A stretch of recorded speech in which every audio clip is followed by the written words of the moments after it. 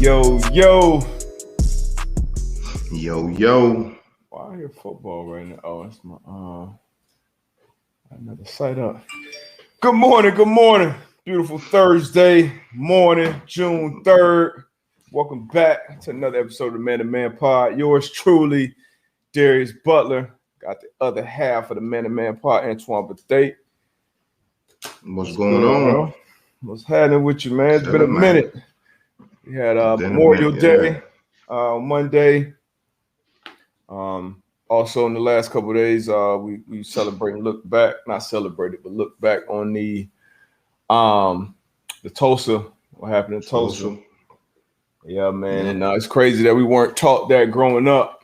Literally didn't learn that stuff till it got adulthood. We back on this Thursday. A lot been going on in sports, out of sports. How your week been, man? It's been a minute.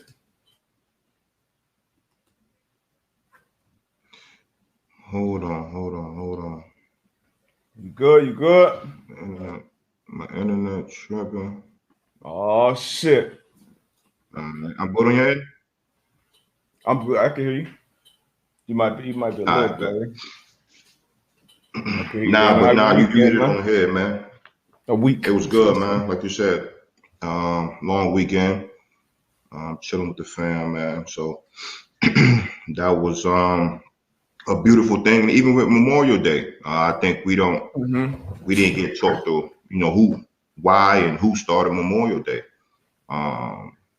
Obviously, a group of black soldiers burying their brothers that they lost. And that's kind of where the Memorial Day came from, and we weren't taught that as well. So when you talk about the Tulsa massacre, it's a lot of things that we weren't taught in school, but I guess better late than never, man. It's getting out, and people are starting to really understand a lot of our history. But other than that, man, weekend was great, man. Really excited to hop back on the pod, man, and talk some sports. Yeah, man, there's been a lot going on. Hold on, your internet was tripping. My camera want to unplug. What the hell going on over here? Hell going on, StreamYard? Yeah, you good over there? I'm trying to bomb. Nope, still ain't working. What the? Oh, here it go. Van, man, what's good with you? Hey, yo, stop playing with me, StreamYard. Van, what up? But yeah, what you want to start off with, man? Man, let's in the tennis world. Let's talk about in tennis, man. I think I think what Osaka did, man, I think that was big of her. You know what I mean? I think it took a lot for her to end up, first off, just speaking out on her mental health and the things that not only her but a lot of athletes have to deal with. I think some deal with it better than others. Some deal with it behind closed doors. But what she did, coming out, speaking on it, and then eventually opting out of the tournament. I just kind of wanted to touch on it because it's I get that as players we sign a contract stating that we'll speak with the media, but media obligations. At times, but at times, man, that's tough. I know, just talking about in the locker room after a tough game, they give you 10 minutes to debrief. You know what I mean? And cooling off period. Yeah, to cool off. And you just think about you just played a 3-hour game. Not depending on how the outcome of that game is and how you played. You know what I mean? It can, a lot of things can be going in your mind, and for people just to come in your face with a microphone in your face and they disregard your feelings as far as I don't care how you feel, but I'm gonna ask this question how I want to ask it. It's tough, and like I said, a lot of people deal with it in different ways, man. But again, salute to her for her standing up, and I back her 1,000%, man. Like, what was your take on that? Yeah, definitely got to back her. Like you said, it's part of the job, and especially with tennis, that being an individual sport where it's all on you. It's really only you they're talking to, and someone of her status, of her stature. She had to do what was right for her, though, man. Self-care. That got to come. That got to come number one. And she's spoken on this for I think she spoke out in this a few years back. And you can kind of see when she speaks and when she's in front of the camera, whether she's done well or bad, like she just doesn't, it's not natural for her. And but like you said, it's definitely a part of it. The only I guess substantial argument that I heard from the other side was something from the open, basically saying that we understand her issues and but going forward, if she didn't comply with the rules, she would be suspended or whatnot. And then they said it's not fair that she doesn't have to do her media obligations while everyone else in the field does. And that kind of gives her a competitive advantage in the sense of, okay, if they got to put whatever, a lot of time, energy, effort, whatever to the media, and she doesn't, that's an advantage. And I got to agree with that part of it. So she just said, you know what, I'm going to gracefully bow out and, did what was best for her. But, media is obviously a big part of sports. It's why it's a reason why we can get the type of pro athletes can get the kind of money and the kind of contracts that they get because of what the media does. And obviously media is changing too. Players and are kind of coming up with their own media platforms, verticals. So I think this is kind of I won't say the beginning because there's been other guys. There's been Marshawn, there's been Kyrie, there's been I'm sure I'm missing a bunch of names, but it's always been people taking their stances, against traditional media. And I think it'll continue to go in that direction. But yeah, man, I mean, I feel like the media is still always going to have something or someone to write about. But that's everybody got a job to do, man. How were you? Did you ever have any bad interactions with because the national press, I don't think it's too bad. I think it's really the local press, the beat writers, the people who got to cover you every day and try to get a story. Those are the people. So did you have any bad run-ins with the local I didn't. national media? I didn't. Honestly, tell you the truth, man, and I think that's maybe one of the few. Really didn't have any bad run-ins with any local media or national media. Again, going into the situation, just knowing that, they got a job to do too. And I think the more, even when I became older, I think, telling the young guys, the more you make yourself available to the media, sometimes, not all the time, but sometimes it kind of helps you kind of create your own narratives at times. You know what I mean? Whereas when you're speaking in front of the media and the fans and the public, they're seeing you talk, they see how you carry yourself. Sometimes it's kind of hard when, now if Darius Butler's interviewing me and he's saying Antoine Bethea said X, Y, and Z, if Antoine Bethea continuously giving himself up to the media and he's, conducting himself and he's speaking in a eloquent way, sometimes it's kind of hard for that narrative from that reporter to stand. You know what I mean? So for me, that's as I got older, and then I seen some of the older guys, just the way they carry themselves with the media. Knowing the media's their first name basis by first name basis, a lot of that stuff go a long way. You know what I mean? So when it does come a time where you could have a little issue, pull him or her to the side, like, look, I didn't appreciate this, I didn't like that, but personally, I never had a circumstance like that. Yeah, my experience is pretty similar, especially in Indy. I feel like Indy did a good job with the guys. There was a couple here and there, and like you said, they'll write something or something will come out and they'll rub somebody the wrong way, or rub one of your one of your teammates. Maybe they'll write something about one of your teammates. But I think it's definitely important for players.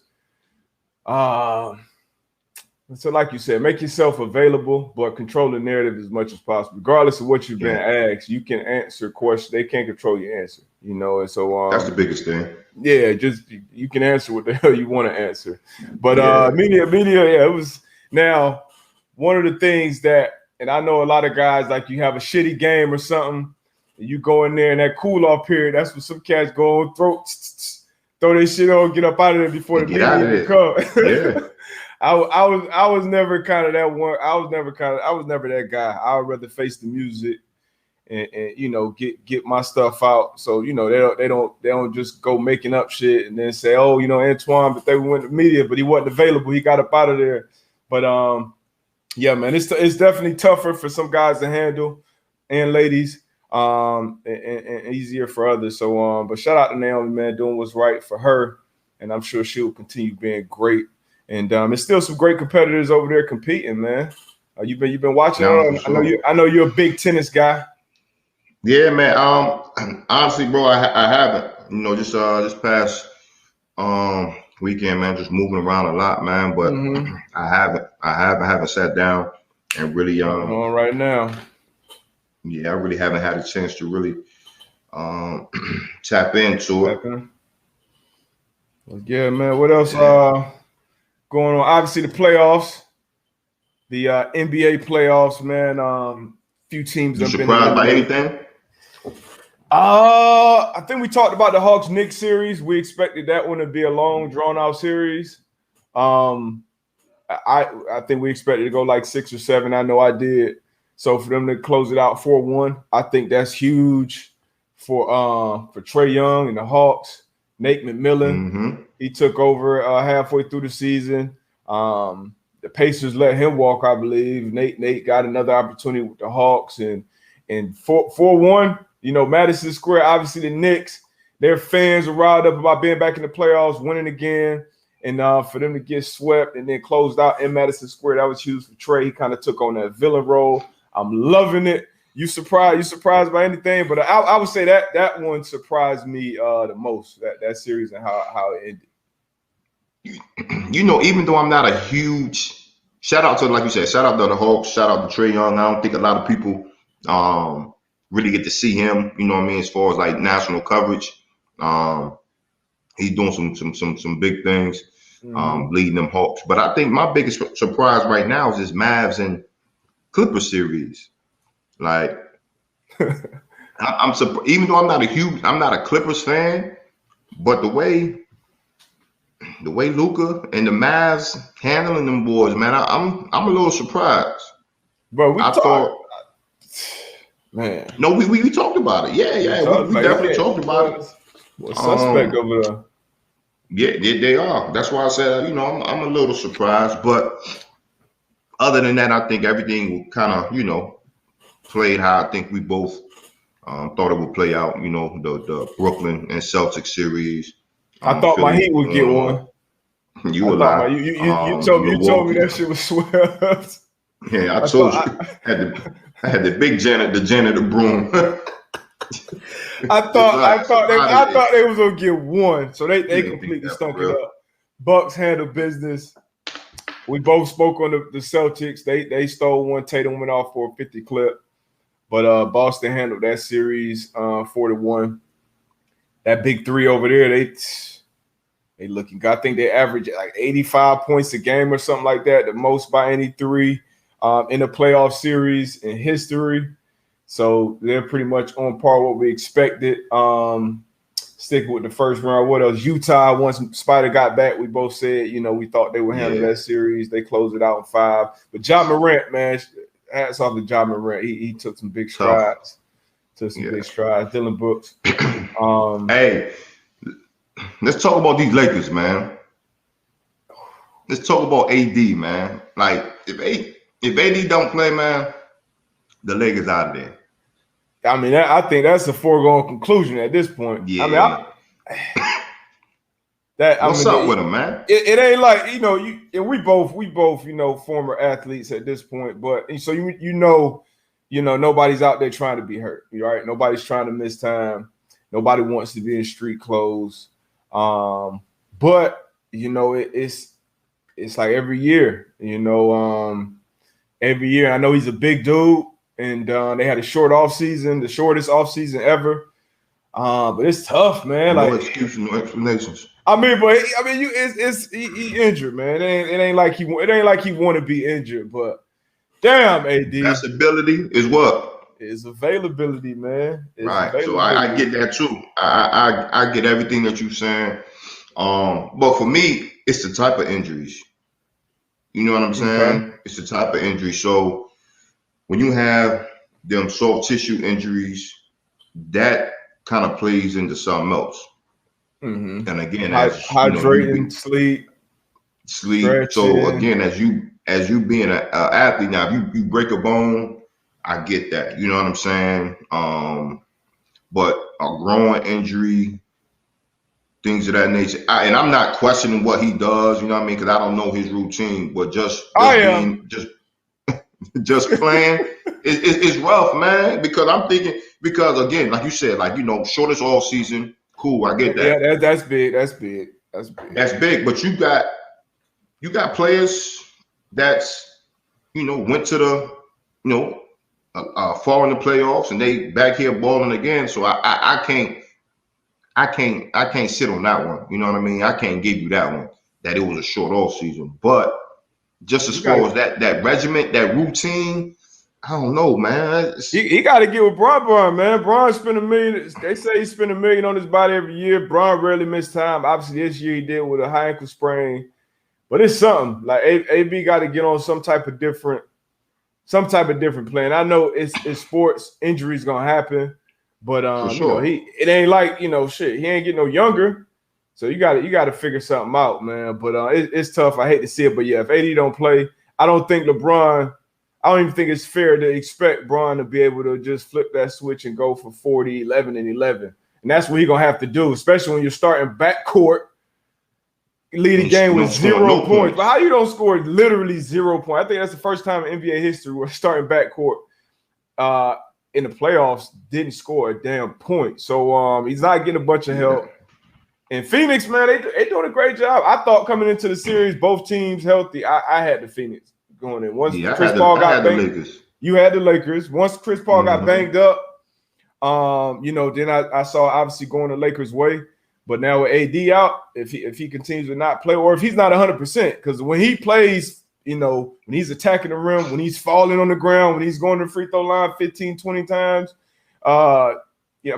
taking 15, 20 shots, that's when he plays the best. And if he can't play that way, Lakers ain't got a chance, man. They got depth, great coaching, Monty Williams.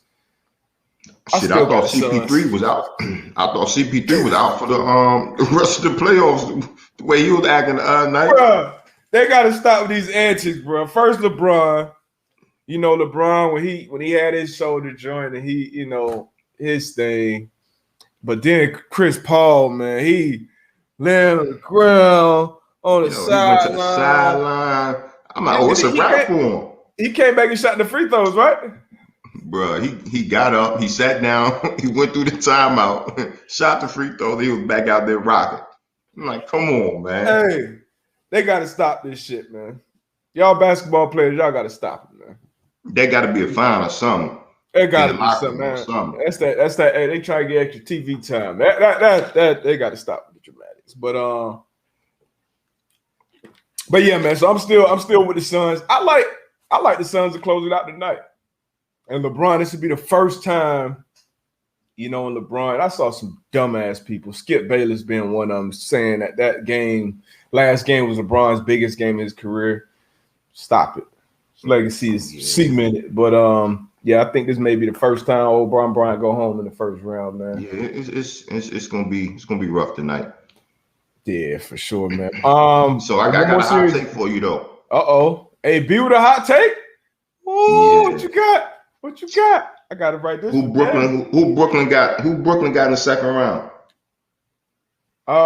Milwaukee, right? I got Milwaukee winning the series.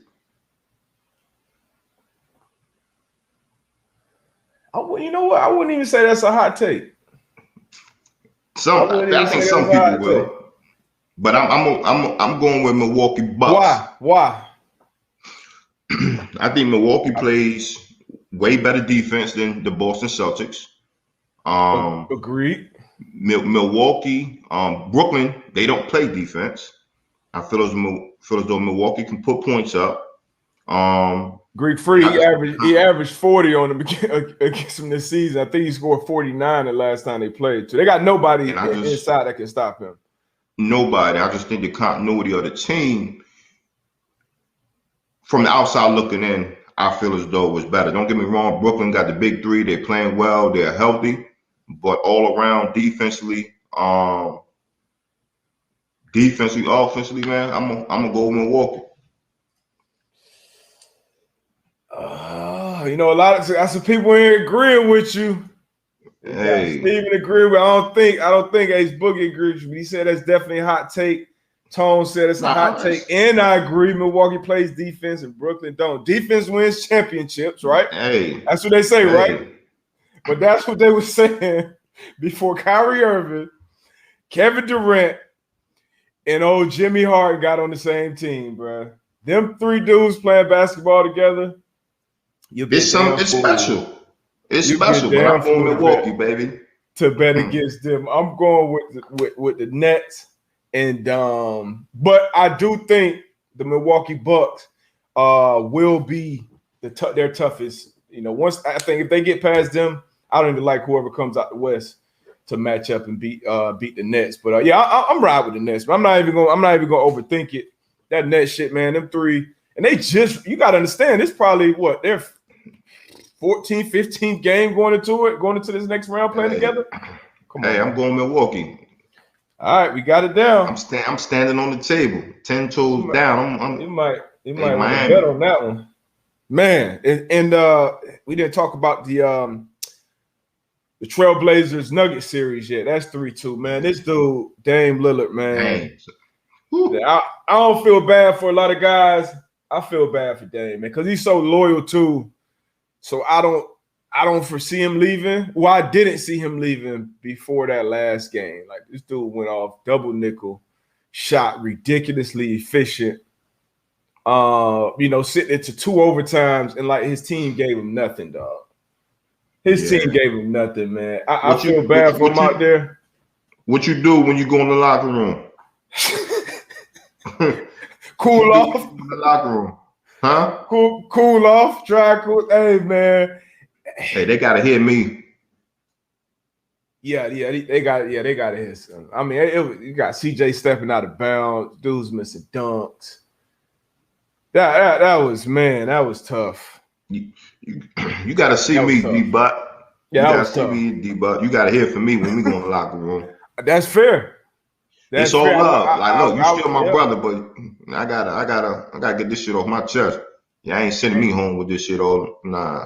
Anthony Zioli, I haven't verified this, but he said they were 1-17, both overtimes from the Blazers role players. Like, that's unacceptable, man. Yeah, it is great. That was, man. That was one of it's hard for me to think of another performance in the playoffs, especially that was.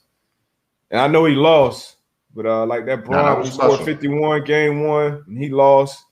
I didn't see AI put on some. I just hate them cats, man. It's tough, man. It's tough. And championships, Dame may never win a championship. So in history, he may not be looked back on as one of the greats, but man, it's been special to watch Dame. And I know you may take this as a hot take. No, he's not my top Dame in your top 5? Steph, it's still Steph over Dame for me. But what I will tell you is, especially after that last game, I'm only 35.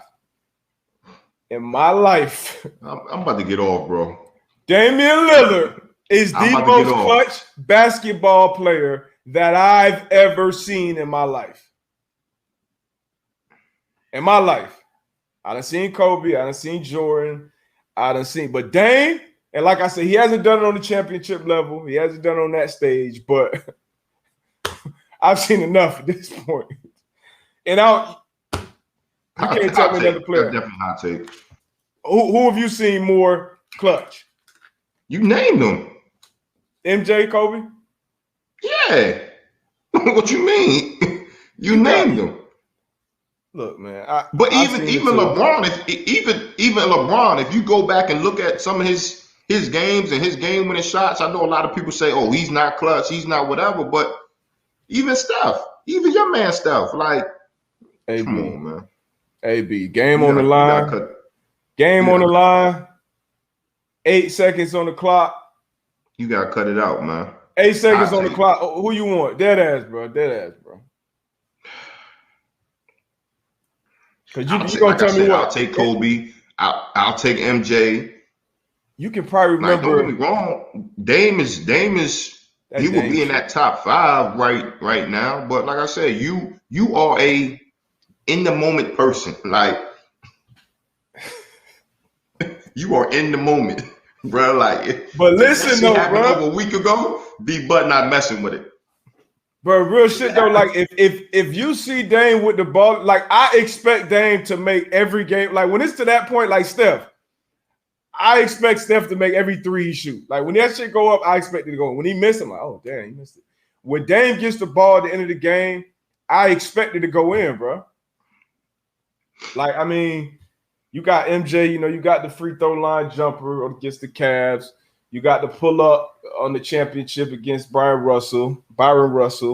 You know, obviously a few more along the way. But I mean, we can sit here and go, we can name probably 10, 15.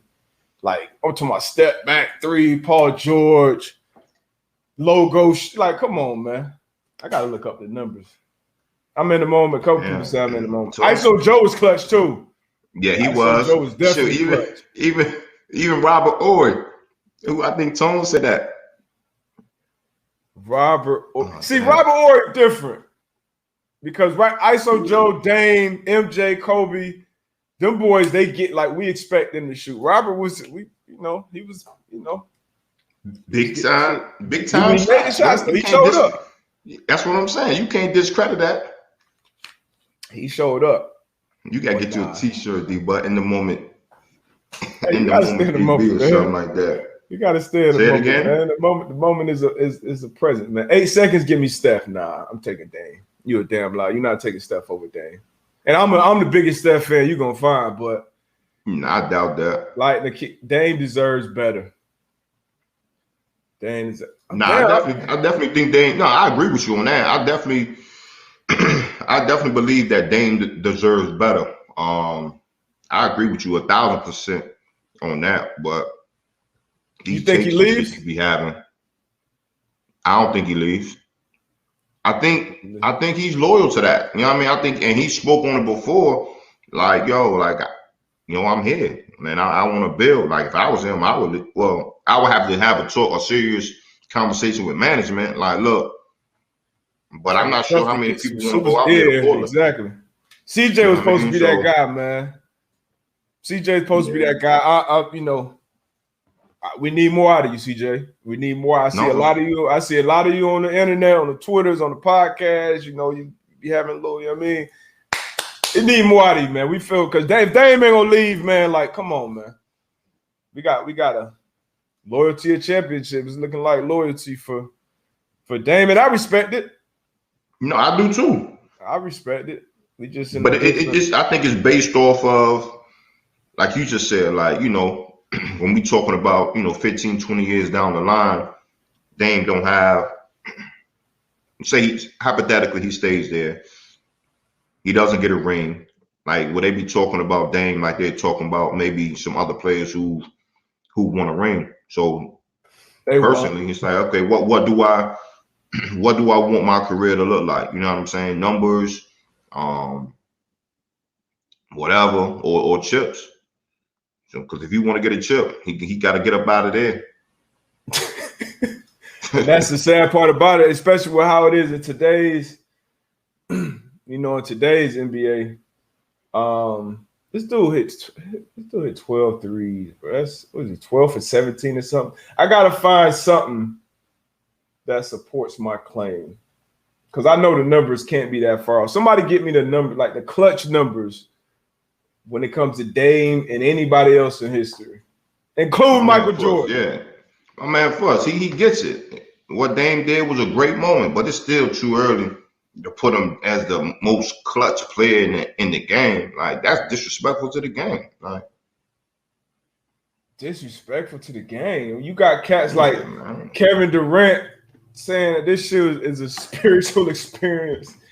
I have this KD Twitter with David. I have like 4 tweets I wanted to describe this masterpiece by Damian Lamonte Ali Lillard Sr. But I'm seriously at a loss for word. KD, God mode.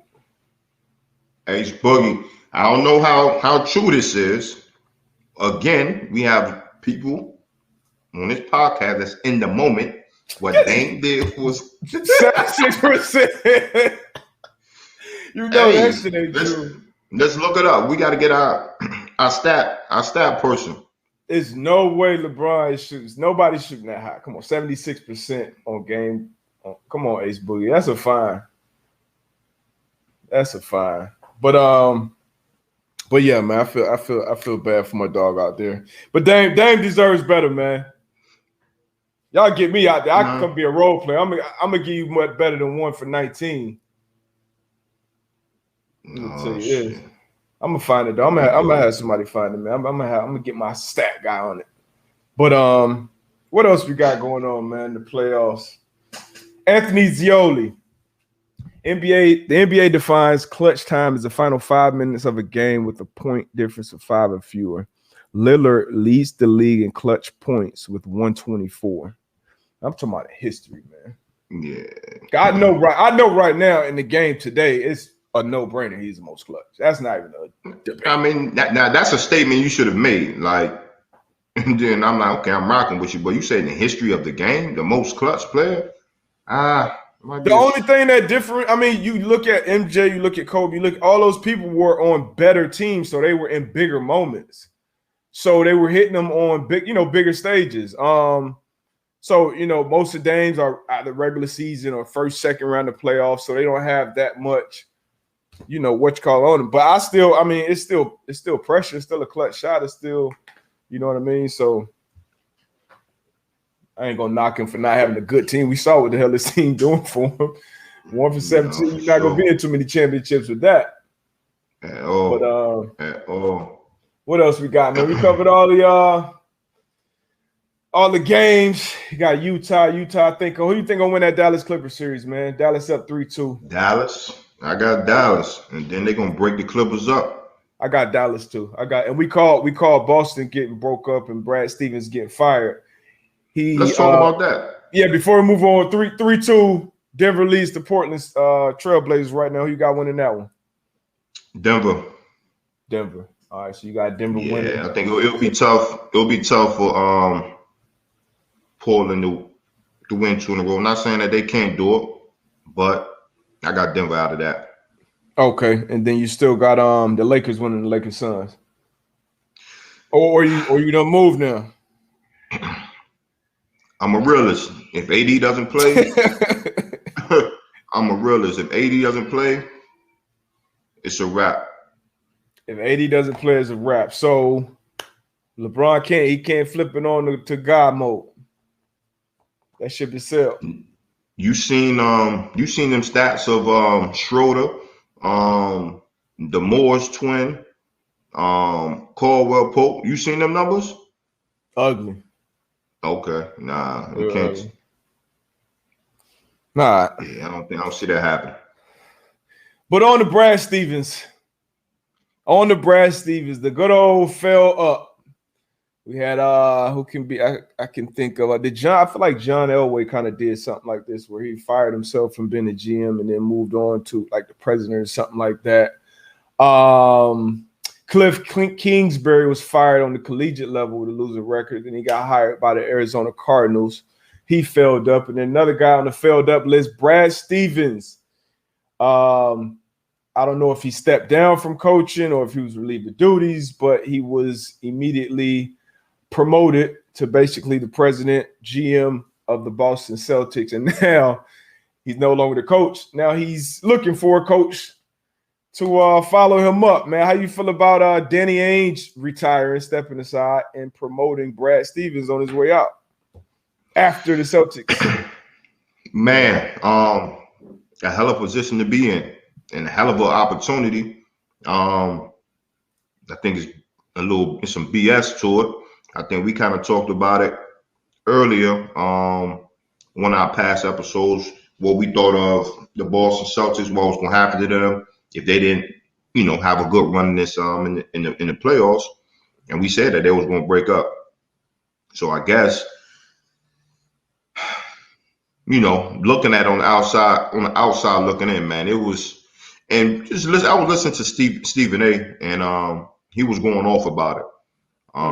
He was going off about some of the black players in the NBA not speaking up for the black coaches and the black executives, where a coach can have all this talent, really don't do anything with the talent, but still gets promoted to a higher level job, man. And again, we got the Rooney Rule in NFL that doesn't work.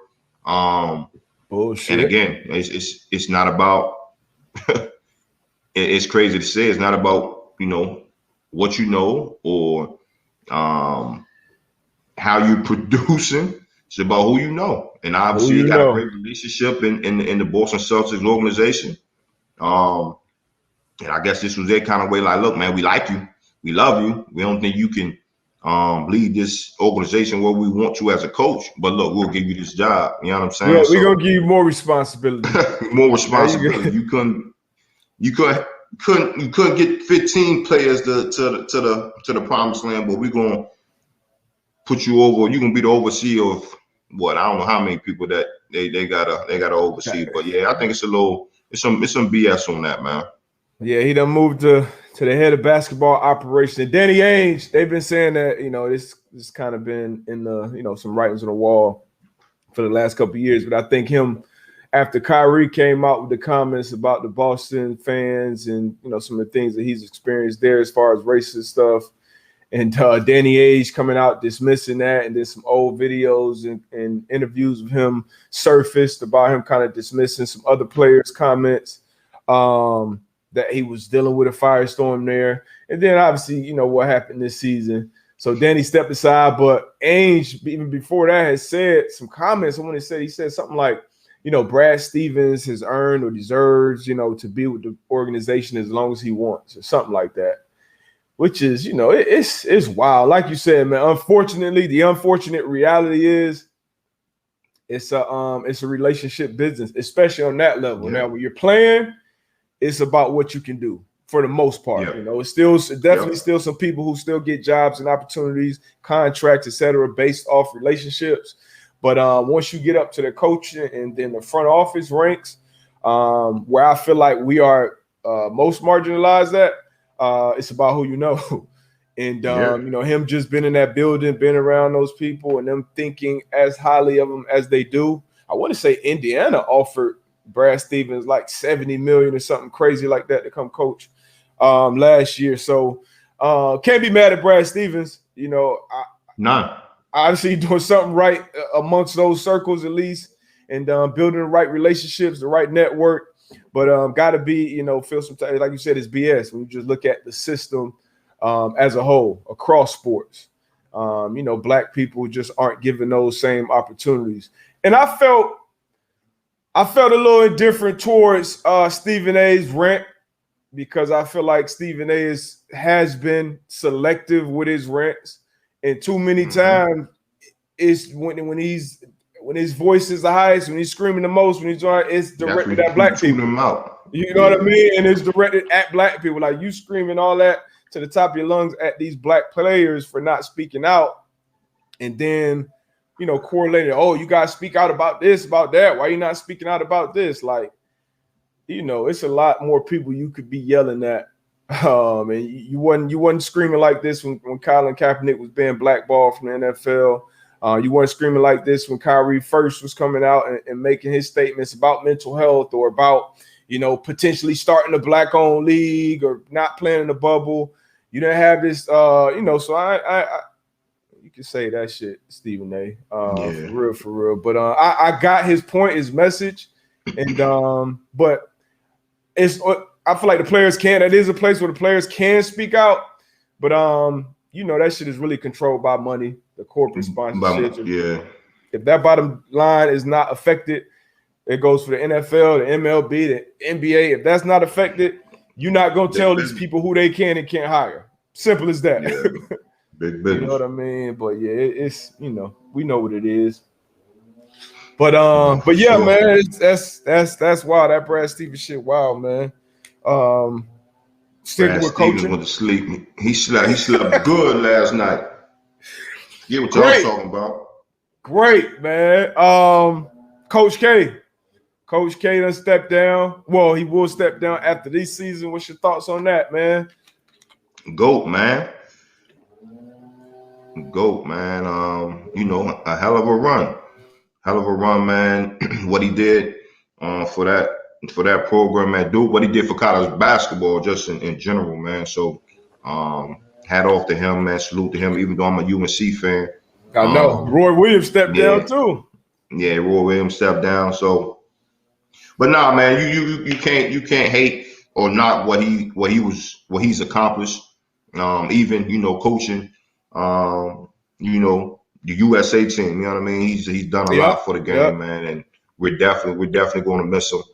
A huge So contributor to the I'm kind game. of anxious to see who will be next in that role for Duke. I think he already named his successor. I'm not familiar with him. I don't follow college basketball, but he named his successor. And I think it was somebody who's been with the program for a little bit. But he's already named that guy. But yeah, man, Was Coach it K, he's Cable? done. Was it who? I want to say it was Was it Stephen or Cable? something. I want to say it was Stephen. Let me Steve? see. Okay. Coach K. John Shire. Yeah, John Shire. Somebody named John Shire. So that'd be the successor John there. Shaw. But I don't know, shout man. out to Coach K, man. And you hear That's all his crazy. former players speak very highly of him. So that's what's up, man. Hell of a run. 1980. That's wild. 1980. That's wild. That's a lot of time, dedicated to the game, man. Shout out to Coach K, man. Y'all drop some questions, man. Questions, comments in the chat. I'm about to go take my little 2-minute break. And we back, man, on the other side, answering questions. My favorite part of the There show. was a question up here earlier. Somebody asked about Dion. Excuse me, about Dion HBCUs, and do I think that he will bring more eyes to HBCUs, and will he be able to get more NFL talent to HBCUs? First off, there's a lot of NFL talent at HBCUs right now. What I do think he will bring more eyes, just because of, sure, he's a Hall of Famer. He's speaking out on it. He's standing on it. He just went on I Am Athlete podcast too. He was on their season finale, I think. Great episode. Yeah. It was a great episode, but yeah, I think he will get a lot more eyes in the HBCU ranks. Again, I think I talked about it. Well, was it on here when I was talking about the NFL draft? It was we talked about it on here. Mm-hmm. Yeah, no players from HBCUs drafted, man, and that's mind-boggling to me. But again, I just hope this isn't a fad. I really hope that we continue to make this push. And I said it all the time, like when I got drafted and when I came to the Colts, man, and when I was looking at some of them players from other schools, from the Power Fives, no way in hell this player should be in a camp. You know what I'm saying? Like, no way. Like, and not knocking nobody. No. Nah, not they sorry. But it was just real. Like, yo, I got 2 or 3 cats. Shit, we got Tim Tebow coming from the minor leagues. I got 2 or 3 cats I either played with or played against that I know was better than this cat. But just having that Ohio State or whatever name next to their name, man, it played a big part. But I'm excited. You see what Dion's going to be able to do for the HBCUs as far as football.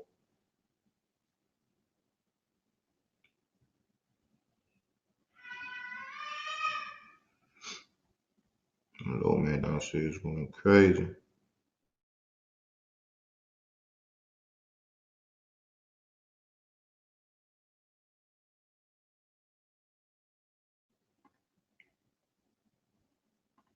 Yeah, Tone, they did. They teamed up to get a Senior Bowl specifically for HBCU players and a combine as well. So hopefully them 2 moves again will get some players some more notoriety and get some more eyes on them young guys, and hopefully it could could get a good chance and a great opportunity. Yeah, shout out to Jim Nagy out there with the Senior Bowl, man, and them doing that. That should be big. That should be big. What else we got, man? What y'all got? Boom, boom, boom. I know me and you talked about it briefly. That article from the AP that came out. Yeah. That fucking wow. I saw the headline on my Twitter timeline yesterday, and I had to read it a few times back. Like, I gotta be tripping.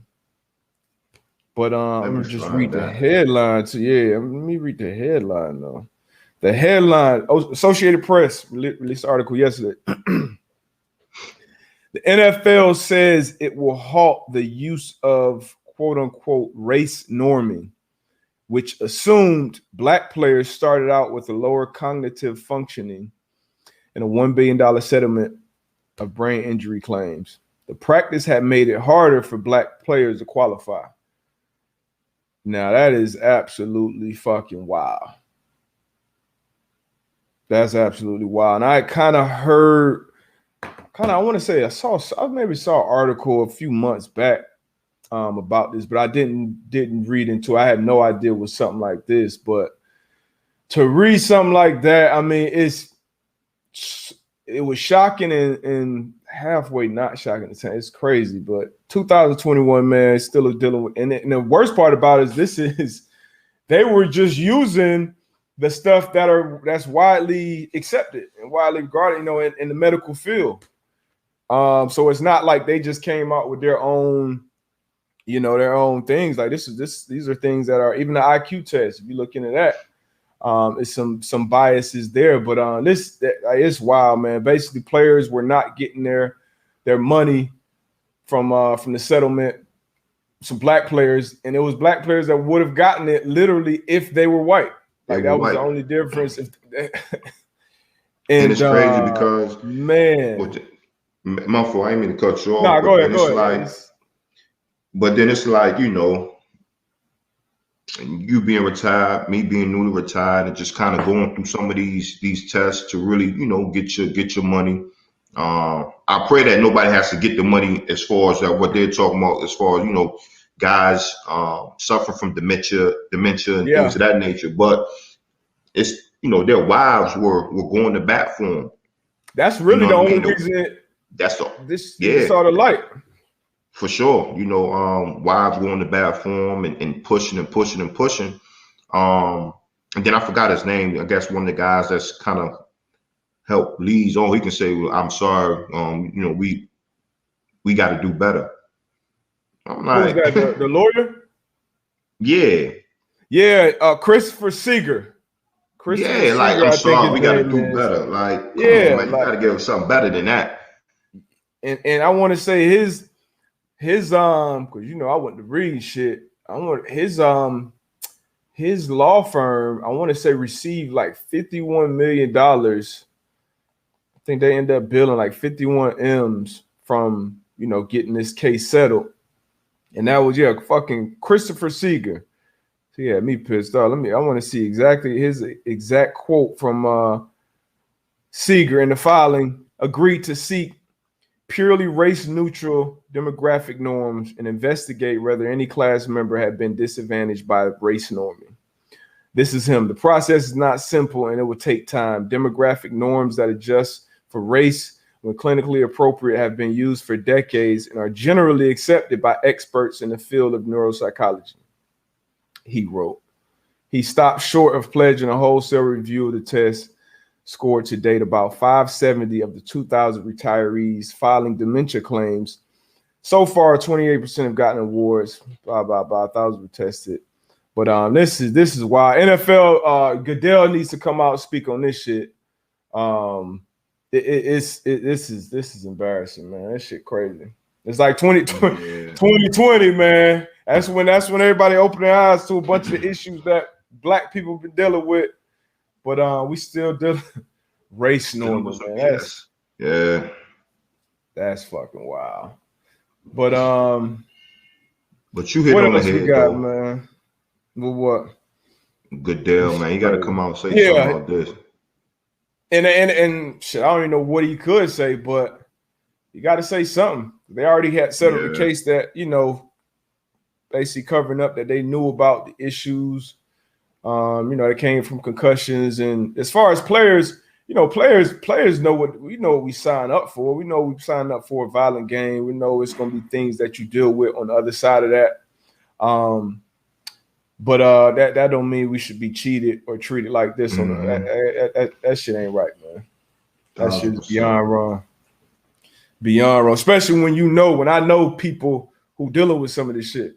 You know what I mean? Young, old. I know cats in their 20s, 30s, 40s, 50s, 60s, all dealing with things that they got from the game, man. So, man, shit's wild, man. What else we got, man, in the show? Man, y'all put some questions in here. Positive note. Last couple minutes, man. We're gonna answer some questions. Yep, Eddie George is the head coach at Tennessee State. Tennessee State, yep.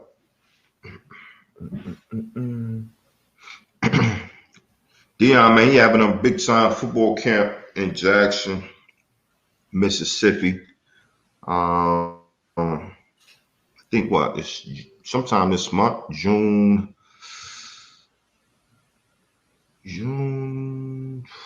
15th, something like that. June 15th down in Jackson? Yeah, he having a camp.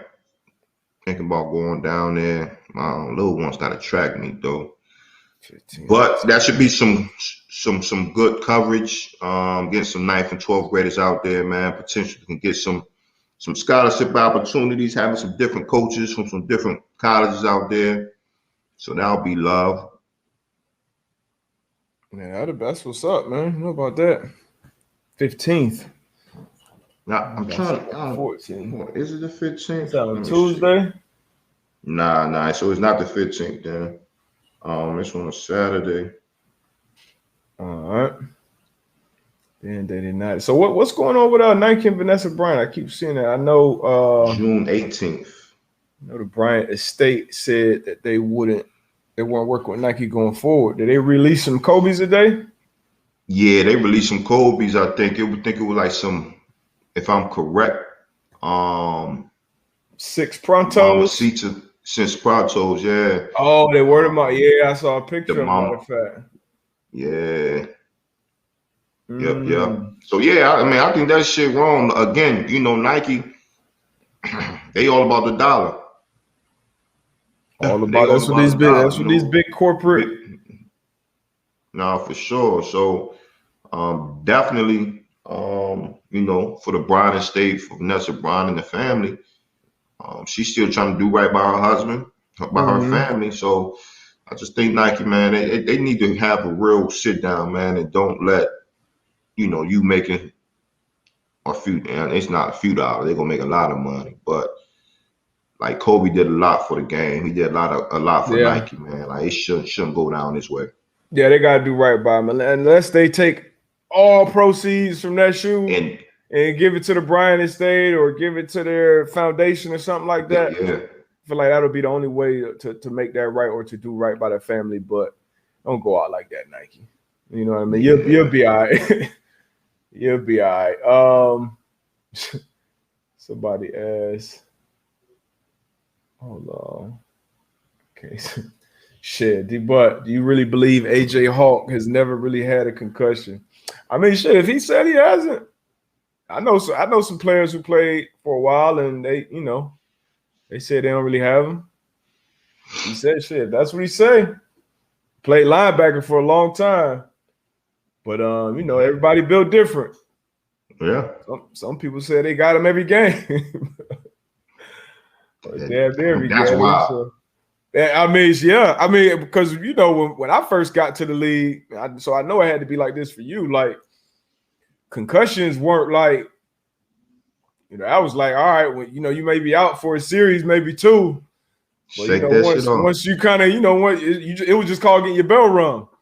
And once you was shit, all right, I'm good. You back out there. And if you were, and if you told a coach, I can't play because of concussion, Like you was looked at as soft, keep it real. So that changed over the years. Once more science and more things came out, the movie Concussion came out. Once we were privy to a lot more details of what players were dealing with on the other side, CTE and things like that, that's when it started getting looked at differently. But, them early years for me coming in, man, concussion was – so I had one of my worst games concussed. I had a great game going into it for 3 quarters. Got a concussion. I hit the back of my head on Tony Gonzalez, like his thigh or something. It came, boom. See, I'm on the sideline days. Like, I'll never forget it because something happened and Charles Johnson was just talking. I'm like just looking at him like glossed over. He just like, bro, if you don't want to play, bro, I'm like, nah, I want to play, but like, went out there, gave up 2 tugs. Damn. Should have took my ass out. Somebody just asked what was the biggest football regret. It's probably that. I should have pulled my ass from that Panthers-Falcons game. Biggest football regret. Yeah, what's your biggest – Van asked that. What's your biggest football regret, AB? Dropping picks. Shit, I probably dropped about 12, 15 of them things. Damn, you ended up with how many? 25? 25. My number's gonna be sitting right now. Damn, you could have had close to 40. Yeah, you think about all them joints you dropped. I had one. My biggest one was dropping one. I had a pick 6 in the playoffs. Foxborough with the Colts, matter of fact. Dropped that bit. Brady threw it late. Crossing route. I'm running with the crossing. You know how you can undercut them crossing routes? And man, I went undercut it and batted it down. And like as soon as I batted it down, I'm like, yo, I could have caught that and walked in the end zone. And I really don't know what made me bat and not catch. Maybe because it's Brady. It might have been a Brady effect. Like, I know Brady not throwing me this pick. This shit too easy. Biggest regret. Sure. G.I. Joe 317. Not that one. What rook-ass Rook gonna show out? How your body feel? Shit, I answered for my body feel good, man. I ain't gonna lie. My body feel good. I played 9, but I made some business decisions along the way. It worked sometimes. I threw my hat in there, but I obviously played corner for most of my career, so wasn't in that box much, but made some business decisions along the way. Fortunately, didn't suffer really any major injuries. My biggest injury was probably breaking my forearm, broke my wrist, and then I had a shoulder situation. Obviously, concussions are serious, but I'm pretty good. I got some friends that's fucked up right now, so I'm pretty good, man. What about you? I know you played a much more physical position, played for 5 years longer. What about you? Nah, man. For the most part, man, I'm feeling good. I wasn't really fortunate enough to be able to make business decisions, but I think the only thing that really bothers me the most, I had a little back injury, so my back is stiff at times. But other than that, I really didn't have, if I could compare to other players that played 14 years, was only operated on one time. That was a blessing. Tore my pec. Yeah. One documented. You only had one surgery? One surgery. Damn. So I'm feeling good, man, and I'm still on a little regimen that I not as serious, but still get massages and still go to the chiropractor, still get stretched, man, and still just try to stay active. Okay, you still on it? Yeah, I mean, I'm sure, gotta be. Yeah, you still on it, man. Help definitely will. Yeah, I just really tapped back in, man, and I'm forcing myself to be consistent. Get back in. I got to get back in that mode, man. Yeah, definitely can't fall off. I looked in the mirror and I was like, oh nah. Actually, no, I looked in the mirror. It's like, yeah, this ain't. Nah, I gotta get my shit back right, Carl. 35, gotta get back right. But yeah, shit. Somebody said you only had one documented concussion too. You ever been did you go to sleep? You go night? Oh yeah, I went night night. It was I went night night. It was so that documented one, but then I know I had another one where I shouldn't have played, but I came back to before the doctors and shit came on the field. But that one documented one, it was in preseason against Denver. Damn, Cody Latimer. Preseason. It was preseason, right? So I wasn't gonna play long. It was like I think it was like the first game too. First game with the Niners preseason. It was a stretch play. You know what I mean? I knew the corner had. We was playing. We was in cover 4. I knew the receiver had me in run support, so I knew he was gonna come and crack me. But you know, routine play for me. He was a I good don't have blocker to look too. at the receiver. Yeah, he's a good blocker. Yeah, I don't have to look at him. I know he's coming. I'm gonna get me a good fit so my corner can make the tackle. But he hit me in that sweet spot, and bruh, it was a wrap. Went to sleep. I locked up. I fell back, and I came to when my head hit the ground. Damn. And then when I looked at it on film, bro, that shit was scary. Yeah, I had one like that too. The one I got put to sleep on, I didn't even hit my head, which was crazy. Well, my head didn't make the direct collision. I went and made a tackle, got hit like right here though, and was asleep, arm back. The opposing team quarterback Derek Carr was like, look at this, I'm like, hey. I got out there. The traders got out there. I tell them, it's just my shoulder, just my shoulder. Went in the locker room, and you know, at halftime, you know, I would be. You know, we want to. That's when we go over adjustments. That's when we talking about this, that, and you know, that was. You know, I was pretty vocal in that role. And in this particular halftime, I just put a towel over my head, went to the training room. So Eric Walden went to the training. He was like, "Hey man, D-Bud ain't right, man. Y'all got to pull D-Bud. He ain't right." And I was real belligerent on the field going into halftime. You had a mood swings, you get a concussion. And he pulled me. Shout out Ewald, man, again for that. But yeah, man.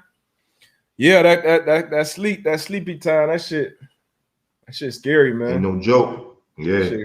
And my crazy ass went right back out there trying to finish the game. Play with the club. Lucky. That was crazy. Yeah. I dislocated my elbow. Ooh. Tore some ligaments in my right elbow. I had me a damn dislocated. Where was your joint facing? So I ain't look at it. Frank Gore, Frank Gore, trying to arm tackle Frank Gore. He ran through my joint. And arm tackle the front. Yeah, my arm couldn't get straight, so when I straightened it, I felt it pop back in. Woo. Yeah, I dislocated toe before. Toe, fingers, that's normal, but elbow, yeah. Ooh, that was rough. Oh, yeah, man. Rough. Yeah, man. Marcus Latimer, man, he was a dog when he was in South Carolina. He was in San Fran shortly while I was out there. Good dude, solid dude. Yeah, man, I hated what happened to him in college. Yeah. Yeah, man.